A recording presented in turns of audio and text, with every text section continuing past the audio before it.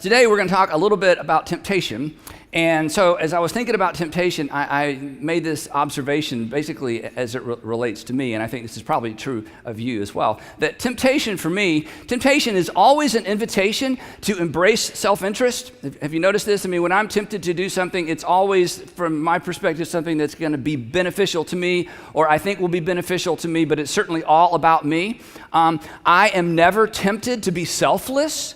Right? I'm never tempted to be overly generous. In fact, when I have an inclination to be selfless, like I think I'll give up my Saturday and go help them, or give up half a day of work and help them, or not do what I need to do in order to help somebody else, or write a check to an organization that's in need. Whenever I find an inclination to be selfless, I don't consider that a temptation, do you? You know what we consider that? We consider that, am I a great person or what? That's what we consider that, right? But it's kind of the same thing. It's like I'm sort of tempted to do something selfless, and then I'm tempted to do something that's selfish. And again, maybe this is just confession, and maybe you can't relate to this, but I tend to be more successful at overcoming temptations to selflessness than I am temptations to selfishness. Isn't that strange? And then I've learned, and we've all learned, and some of you are in the middle of this. In fact, maybe it's why you're watching or listening or why you're in church today. We learn that over time, that in our pursuit of our selfish self-interest, that we eventually hurt ourselves. And oftentimes we hurt others. And then Jesus comes along. This is so amazing. He was so brilliant. Jesus comes along and says this: if you live a self-centered life, in other words, if somehow you make your life all about you, all about self, in the end, you don't just hurt yourself. This is powerful. In fact, this may be where you are. You just didn't have these words. He said, in the end, you don't just hurt yourself. In the end, you lose yourself. For the next few weeks, we're following Jesus from the time that he was introduced to the world to the time that he sacrificed his life for the world.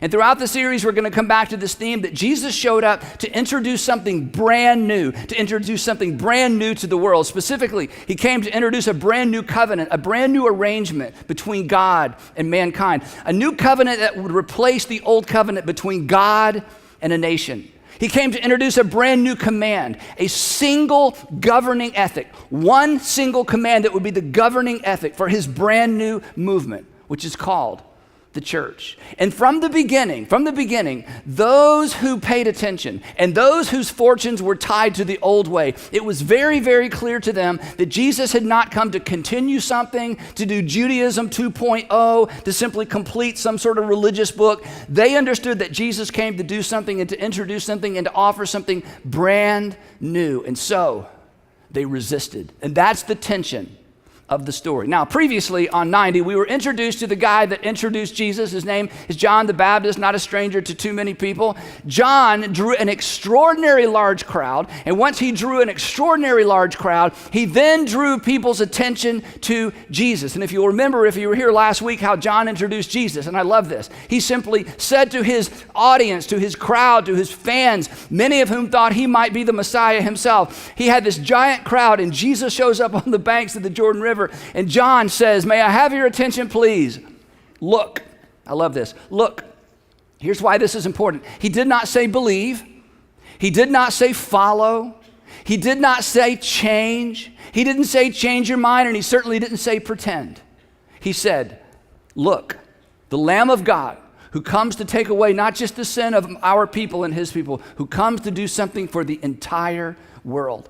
And then Jesus makes his way down into the Jordan River, and he insists that John the Baptist baptize him. And this is so backwards. This is so upside down. In fact, when he gets down into the river, John is a little bit embarrassed because he's told his whole audience how great Jesus is and that he's not even worthy to be Jesus' servant. And now Jesus comes into the water, and he insists that John baptize him, which is a symbol of him placing himself under John's authority. This is so upside down. In fact, the text says this, but John tried to deter him. Imagine you're face to face with the Son of God and you say no. I mean, we do that all the time because he's invisible, but imagine you're standing with Jesus and it's like, no. John tries to deter him saying, I need to be baptized by you. You are the greatest one. You are the great one. You're the one we've waited for, in some cases for centuries. And now you're here and you want to submit yourself to me. This doesn't make any sense. And you should be baptized. You should be baptizing me. I don't have any business baptizing you. Again, it was so backwards. It was was so upside down. And here's the point. This was the first clue as to the upside down nature of the new that Jesus was introducing into the world.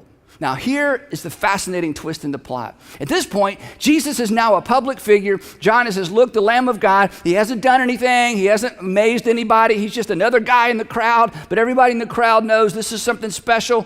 He and John are having this little interaction down in the water. There's a murmur in the crowd. Jesus is baptized. And then instead of sort of stepping front and center and saying, John, thank you very much. You can go behind the curtain. I'm here. Thanks for introducing me. Matthew, Mark, and Luke, all three Gospels say that immediately Jesus left and disappeared by himself into the wilderness. In fact, they say that God actually sent him into the wilderness. It's like, ta-da, here's Jesus. He'll be back later. And Jesus disappears alone into the wilderness. But there's more to it than that. Here's what the text says. The text says, then Jesus was led by the Spirit into the wilderness to be tempted by the diabolos. That's where we get our word diabolical, the slanderer, the accuser in our English Bibles, the devil. Now, this is a really interesting little piece of narrative. And if you grew up in church, it's like, oh yeah, I know how this whole thing goes, so just hang on. If you didn't grow up in church, it's like, okay, so wait. So do you expect me to believe in a devil? And the answer is no. So for those of you who know how the story goes, and for those of you who want to cross your arms and say, I'm checking out because you're going to talk about the devil, for both groups, I want you to just hit pause for a moment, because more than anything, I want you to understand why this is included in the New Testament. Whenever you read anything in ancient literature especially, but maybe especially the Bible, because come on, you don't read any other ancient literature for the most part. In fact, most people don't even read the Bible. But when you run across something in ancient literature, you should always ask the question, why did the author choose to include this? And the reason that's a big deal in ancient literature is there wasn't much ancient literature. And anything that was written took on an extraordinary authority. I mean, even in our culture, if you're having a conversation with someone and you're arguing about something and somebody in the argument says, well, I read an article. As soon as they say, I read an article, the fact that somebody actually wrote something gives it a little bit more credibility. And then if you find out who the author of the article was, it even has more credibility. Well, in a day and age in ancient times when virtually nobody could read and nobody could write, like over 90% of the population, anything that was written down had extraordinary authority. It was expensive to write anything down. And so you have to ask, of all the things Matthew, Mark, and Luke could have written down about Jesus, why did they include this? Why was this so important? As strange as it is, as odd as it is, as many questions as it surfaces for all of us and for them, why in the world would they include this little bit of narrative? And the answer is, it's not a lesson on how to overcome temptation, although there are certainly some takeaways. It's way bigger than that. It's way more epic than that. And what happens next is central to the story of Jesus. Because Jesus, in these moments, and as we're going to discover later, Jesus throughout his life was tempted to opt for the old ways instead of the new ways that he had come to introduce. The old way being the me first way, the kingdoms of this world way. In fact, Luke says this was recurring temptation throughout his life. So here's how it went down. After fasting 40 days, 40 nights, he was hungry. This may be the most obvious statement in all of the New Testament, but they included it in case we missed that little detail. He fasted for 40 days and 40 nights, and he was hungry. And why do they include this? Here's why. Because they wanted their readers to know in the first century, he was human. He was a person. This is why the Apostle John constantly said, our hands have handled. We touched him. He was not a ghost. He was not an apparition. He was not some sort of spirit. He was human. So he fasted 40 days and 40 nights, and he was hungry, and he was weak, and he was vulnerable. And it's as if he was saying to the tempter, come on, give me your best shot. I want you to know how serious I am about the new I've come to introduce to the world. And the tempter came, the text says. The tempter came to him, and now it's a new Greek word, perazzo, which basically means the inquisitor, the tester, the prodder, the poker, the person that's going to try to get out of him what no one else could get out of him. And he said to him, if you are the Son of God, tell these stones to become bread. In other words, just speak it, and if you're the Son of God, it will be done. Because, I read the first part of your book, and God spoke the universe into being, so certainly you could speak some bread into being from stones. Besides that, you're entitled. Come on, Jesus, you're you. You're Jesus. Mortal kings, if they had that kind of power, would do as much. And Jesus responds to this first temptation by leaning into the old covenant, the covenant between God and Israel. Because even though he had come to establish a new covenant throughout his life as the hinge, as the door from one to the other, he functioned under the rules and the laws of the old covenant. So he leans into that and he quotes from the Old Testament. He says this, Jesus answered, "It is written." He responds as one under this old covenant. He says this, "Man shall not live on bread alone." And he quotes from Deuteronomy 8, where it takes us back to that picture of the nation of Israel traveling through the wilderness, and there's nothing to eat, and God provides manna from heaven. And in those years, God was teaching his people to depend on him every single day. Daily dependence, daily dependence, daily dependence. And Jesus finishes it out. He says, "But on every word that comes from the mouth of God." In other words, even though I am Son of God, even though I have been sent into this world to do something new for the world, I will not act on my own, and I will not act independently of my heavenly Father. Because to do so is so kingdom of this world. Then the text says, then the devil took him. Now, as a kid, when I would hear this story taught, it was sort of like something from Star Trek. Suddenly they were beamed from one place to the other, and this whole story is but it's not that way at all. When you read the text, this wasn't some magic trick. This wasn't some mystical thing.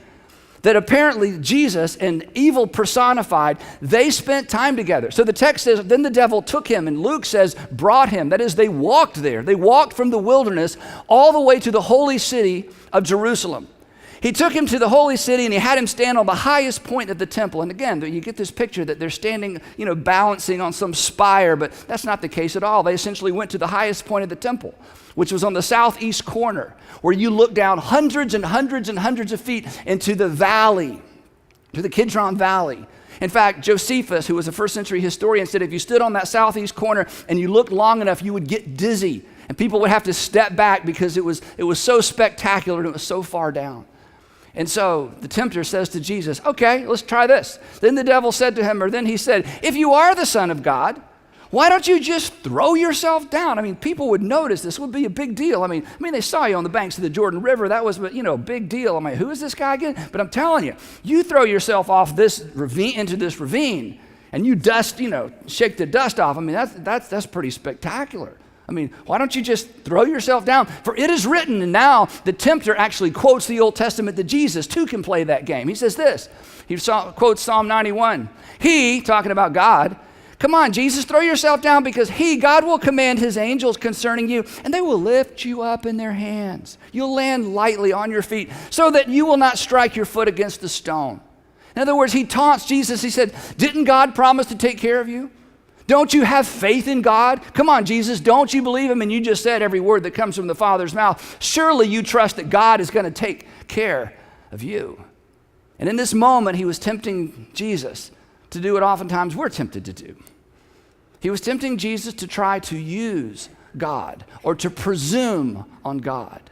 This, unfortunately, is the modern version of faith. The faith that some of you were brought up with. The faith that some of you chose to leave. The faith that some of you should leave. The faith that is the reason you haven't been back to church in a long time. The faith that says, if you just believe, you'll receive. If you just believe, you'll receive. If you just believe enough, if you just quote a verse, God has to come through for you. And Jesus answered and said this, it is also written, do not put the Lord your God to the test. And he quotes Moses when Moses was addressing the nation of Israel on their way to the promised land. The nation said to Moses, God has to do such and such for us. God owes it to us. We are his special people. This is what God has to do for us. And Moses said, no, you don't understand. You're God's chosen people, but God doesn't have to do anything. And you do not manipulate, and you cannot manipulate your God. In fact, the point for us, and we'll move on, is simply this. If you're a Christian, and this may be disturbing, the moment that you begin trying to manipulate God, the moment you begin looking for a magic formula, the moment you begin thinking, if I do these three things consistently, God has to do something for me, in that moment, you are no longer practicing Christianity. In that moment, you're practicing magic. Your religion has become superstition. Your religion has become the pagan superstitions that Jesus came into this world to replace, not simply for a nation, but for all nations, for all mankind. Your religion has become so very kingdoms of this world, and here's why I say that. Because later, we'll get to it, later, Jesus would say to those who gathered around to hear him speak, he would say, look, when you think of God, God is not a king in heaven that can be bribed or manipulated. God is not a king in heaven with his arms crossed, waiting for you to bring enough gifts and enough sacrifices and enough offerings and enough prayers and enough good deeds and enough generosity to get his attention. When you think of God from now on, you are to think a perfect heavenly Father who already knows everything you need. He does not need to be talked into something. He cannot be bribed. You come as children who simply ask. Now, those were the first two temptations. Jesus got through those and he passed. Then he gets to the third one. Now, I think the third one, this is just my opinion, I think the third one's the main event. I think the first two were kind of a warm-up. I think they were just getting to know each other because now they've spent maybe days or weeks together. We don't know. And now we get to the third, but not the final, but the third in a list of three that will be repeated over and over throughout his ministry. We get to the main event. But before we get to that, I want to talk about us for just a minute, then we'll get to it. Here's the question I want to ask. Why are powerful people so inclined to go off the rails? Why is that? Why are powerful people so... Now, when I first created this slide, I had men. Why are powerful men? I thought, I don't want to leave anybody out. I'll get email, okay? So, why are powerful people, it's mostly men, we know that, but let's, I want to be inclusive. So, why are powerful people so inclined to go off the rails? Why are they so inclined to go off the rails morally, ethically, financially? Why is that? I mean, you would think that the more power a person had, the better person they would be. They have less financial pressure. Nobody's telling them what to do. They have more freedom. You would think with more freedom and more autonomy and more wealth, a person would become a better person. In fact, you think if you had more power and more influence and more wealth, that you would be a better person. Don't you think so? Why is it that powerful people oftentimes go off the rails?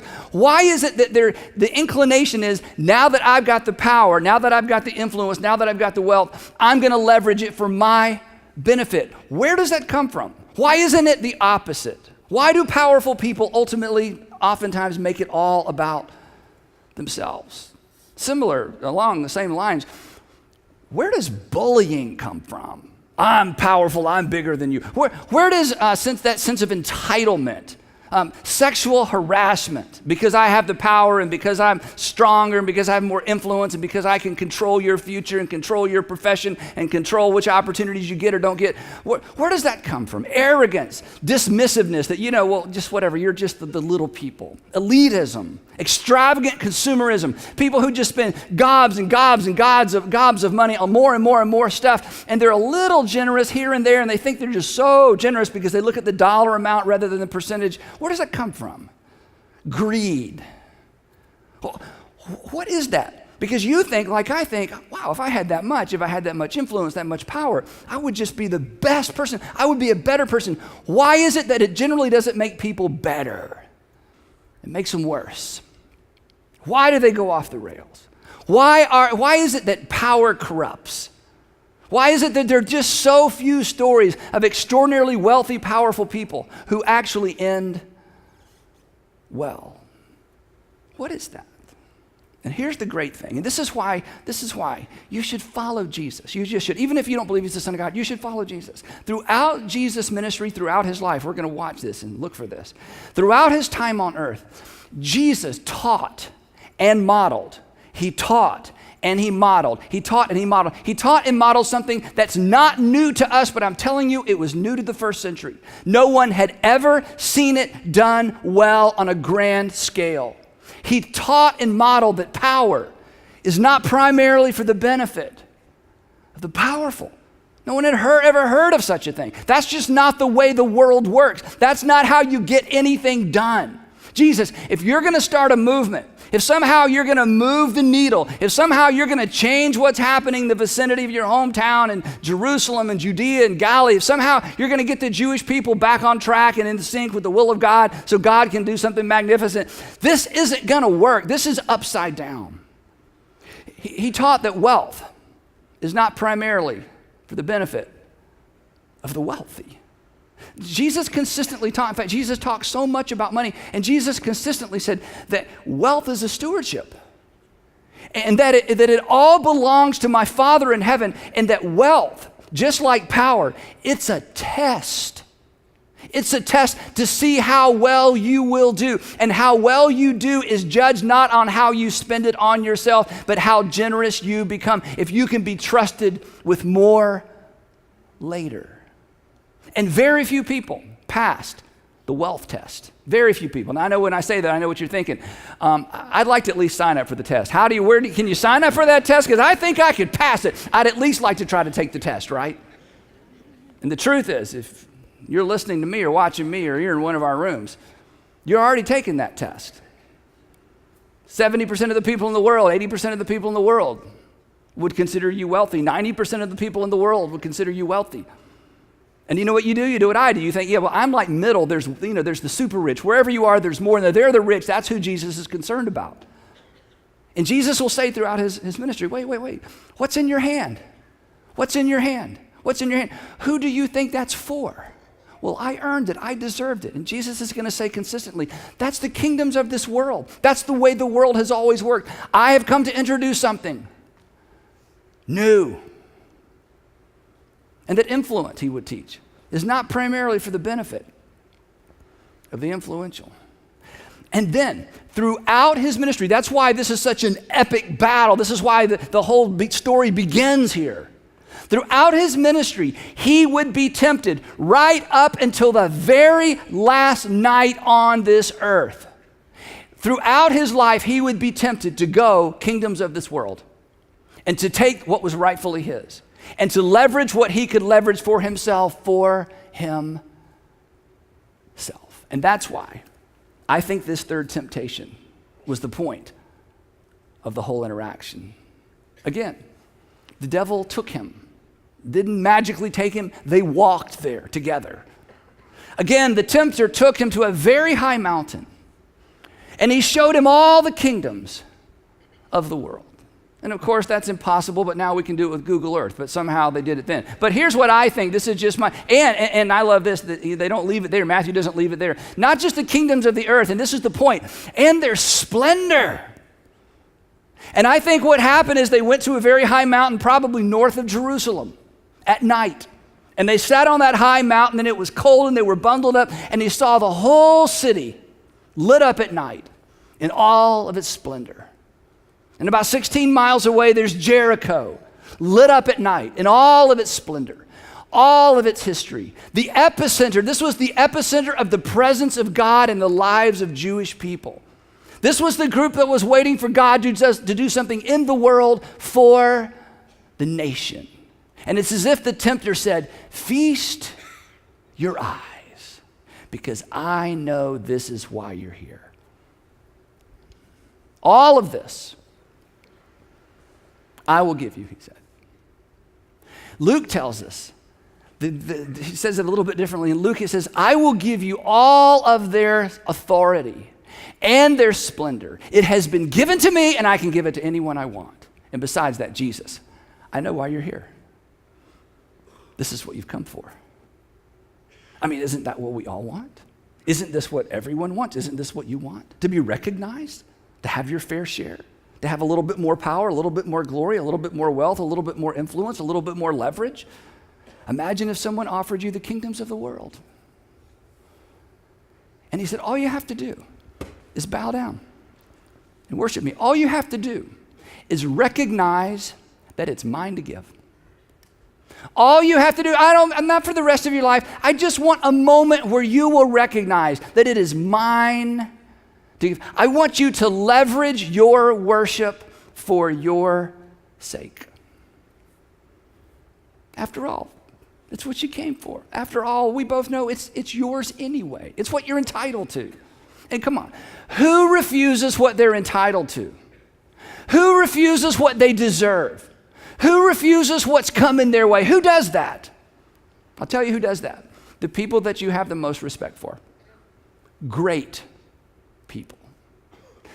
Here's the point. Jesus had not come to barter for a kingdom. Jesus had not come to barter for kingdom. Jesus had come to establish a kingdom in the hearts of men and women, a kingdom of conscience, a kingdom that said wealth is not for the wealthy and power is not exclusively for the powerful and influence isn't to be leveraged for those who have all the influence. A kingdom like no other. An upside down kingdom. A kingdom where the subjects were not at the whim of the selfish rulers and kings. A kingdom where the subjects weren't required to lay down their lives for the king.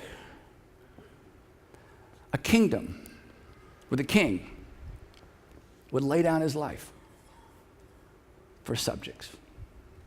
There had never been such a thing.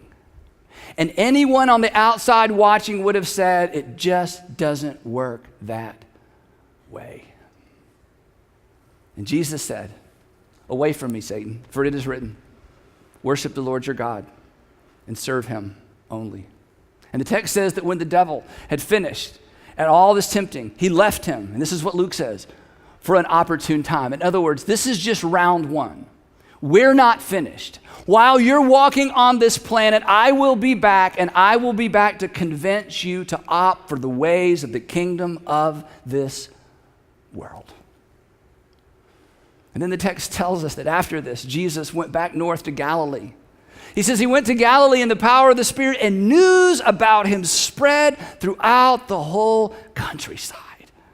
And then, just for fun, just perhaps to spite the devil, instead of turning stones into bread, he went to a wedding and he turned water into wine. Not for himself, but for the guest and to honor the host. And do you know why Jesus turned water into wine? Because his mama asked him to do it. And I think that's the point of this entire story is say yes to your mama and no to the devil. Now you laugh and let's just be honest. All of you watching, all of our campuses, you're at home by yourself. How many of you would admit you would be better off if you had said yes to your mama and no to the devil? Let's see those hands. Yeah, a few honest people, that's right. Now here's the real point. Jesus early on was offered at some level and to some extent what we all want. But he refused it because Jesus had not come to take over. Jesus had come to take away the sins of the world. And Jesus had not come to lord over. Jesus came to get up under the burden of mankind. In fact, at the end of his time on the planet, and we're going to get to this in a few weeks, I love this piece of narrative. We're going to look at it in detail. Jesus is on his way to Jerusalem, and as many times as he has said this, and as many times as he's modeled it, and as many times as he's taught it and illustrated it, his followers, they still can't get it. They're still thinking, okay, we know the way the world works. Yeah, those are good sermons. Yeah, but whatever. But we know how it works. We know how authority works. We know there's like the top person, and the top person tells the next level what to do, and they tell the next. We know how this works. I mean, we've seen it all our lives. It's the kingdom of the world. It's the way of things. And at the very end, they still haven't been able to wrap their minds around the fact that he has come to introduce a brand new way of living, a brand new way of thinking, a brand new kind of relationship with God. And so he sits them all down and he gives them a little lecture, and we'll look at the lecture in a few weeks. But at the end, he says this, guys, come on, look at me.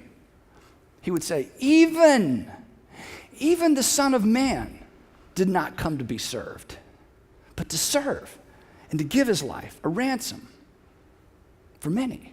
Guys, I'm serious. We're not going the way of the kingdoms of this earth, the kingdoms of this world. The me first, I'm in it for me, what can I get out of it, kingdoms of this world. I know it's all you've seen. I know it's the way the world works. I know that you've never seen another plan. You've never seen it work out, but I'm telling you, I'm not backing down. This is why I've come, and I'm going to stay on this course all the way to the very end. And here's why this is important for you, regardless of your religious belief or background, or if you're part of another faith community. Do you know what Jesus valued more than the kingdoms of the world? He valued you. Because you are a part of this many. That he came to ransom his life for you. Because regardless of how much power you had, you don't have the power to overcome the consequence of sin in your life, do you?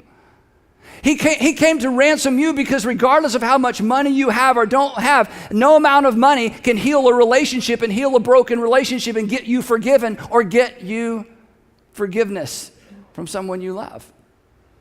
And no amount of influence can reverse the consequences of sin in your life. The kingdoms of this world, the values of this world, they don't even intersect in any kind of meaningful way with the things that are most important to the human heart and the human soul. And so he came to be a ransom for many. And regardless of what you believe, and regardless of what you've been taught, you are part of that many. And do you know what hung in the balance? Do you know what hung in the balance of Jesus' decision to resist temptation, to embrace the ways of the kingdoms of this world? Do you know what hung in the balance? You hung in the balance. And do you know what hangs in the balance of your decision not to embrace the ways of the kingdoms of this world? You hang in the balance. And you know what? You already know this. And here's how you know it. Because when you live your life for you, you just get smaller, don't you? And when life is all about you, it's not much of a life. And the reason I'm tempted and the reason you're tempted every single day of our lives to do it all for us. The power is for me, the wealth is for me, the influence is for me. How do I get more so my life will be better? It's all we've ever seen. It's all we know. And in the end, we're smaller. We're not better. And Jesus said, that's why I've come. I've come that you might have life. And when it's all about you, it's not much of a life. You see, the reason on a day like today, all over the world, we're talking about Jesus in languages we've never heard of, in places many of us don't even want to visit. The reason he's central is because he did not opt for the kingdoms of this world. And his life was so big and his influence was so big that he outlasted his own life, his own generation. In fact, he would say it this way, and this is what he would say to you, and I'll close with this.